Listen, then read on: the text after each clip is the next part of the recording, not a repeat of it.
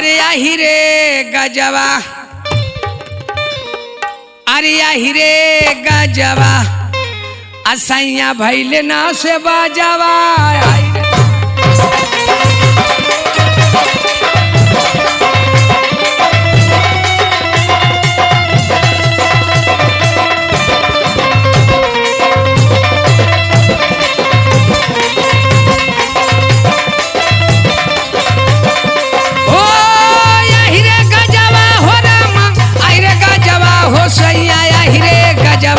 सैया भैले ना से बजावा आहिरे।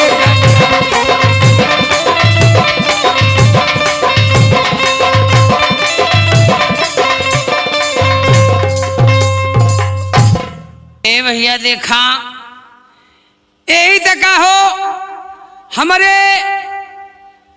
उह बतिया कहते हैं कि अपने माई बाप के अकेले लड़का रहनी, अपने माई बाप के अकेले लड़का रहनी, अब बड़ा छोट मोट रहनी, एकदम गेठा सा। अये भैया बहुत जाने गेठा होना जल्दी से लंबाई उनके ना आवेली। यही तक छोट मोट रहनी आ जल्दी हम सयान हो गई नी, बाकी सयान होखले में तब वो ऐसन की गेठा पेटुल भर कर रहनी। हमार नाव रह छेदिया, हमार नाव रह छेदिया। आ गाँव में हम ऐसन की जाए लगनी, इधर उधर घूमने लगनी, तो लड़का आ ये मेहरारू भौजाई औजाई कुल हमार नाव छेदिया उतार के हमार नाव रख देना छेदवा। जहाँ जाई तहाँ हमार नाव छेदवा छेदवा कह के बोलावा। ए भैया जब हमार शादी हो गई, हमार शादी होके जात तो ऐसन की दुल्हन घरे आ गई। जब दुल्हन घरे आ गई तब मार मेहरारू देखा आमे दुल्हनिया के हमारे औरतिया के, तो कहाँ हाँ रे बहु रही दुल्हनिया तो बड़ी लम्बी तम्मी है, आ बाकी है छेदावा छोट। मैं ऐसन की मोर मेहरारुआ गुस्सियाई गई। मोर मेहरारुआ कहती जौनी आवत का कहती कि कुल तो ठीक है लेकिन छेदावा छोट है। ए भैया ऐसन की मेहरारुआ मोरिया फनाई गई। जब मोर छेदवा नाव रखले रहा मेहरारुआ कुल, तो कहाँ ये बहनी मेहरारुआ तो बड़ी तगड़ी है, बड़ी हट्टी कट्ठी है, नीक है, लेकिन यह बात है छेदवा छोट। मोर मेहरारुआ लगल रोव, कहती है कि माँ ऐसन की जुआ आयल हूँ तो का करी, मरु कबो ना।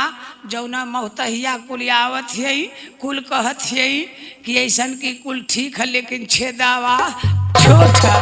ये भैया उठौले लुगरी उगरी ऐसन की हमार मेहरारू भाग गई नैहर।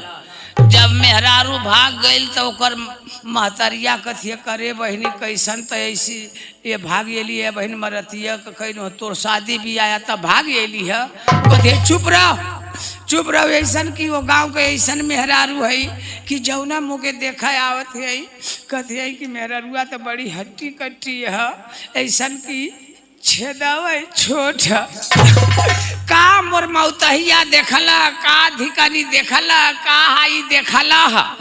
ए भैया ओकर महतरिया कथिए करे मत के इतना दूध दही खियौनो या कवन का कैल, एकरे खातिर पंचायत जुटल। ए भैया जब पंचायत जुटल तो ऐसन की जब पंचायत जुट गई तो मेहरारू के बुलावल गए, तो वही जरूरत ये कथिए हमार माई बाप हमार तो शादी कही दे ना, वो गाँव का कैसन रवाज है, कैसन का जवन मेहरारू आवत है तो न कहती कुल ठीक है, कुल ऐसा लंबी तम्बी मेहरारुआ दुल्हनिया है, लेकिन एकर छेदावा छोट है।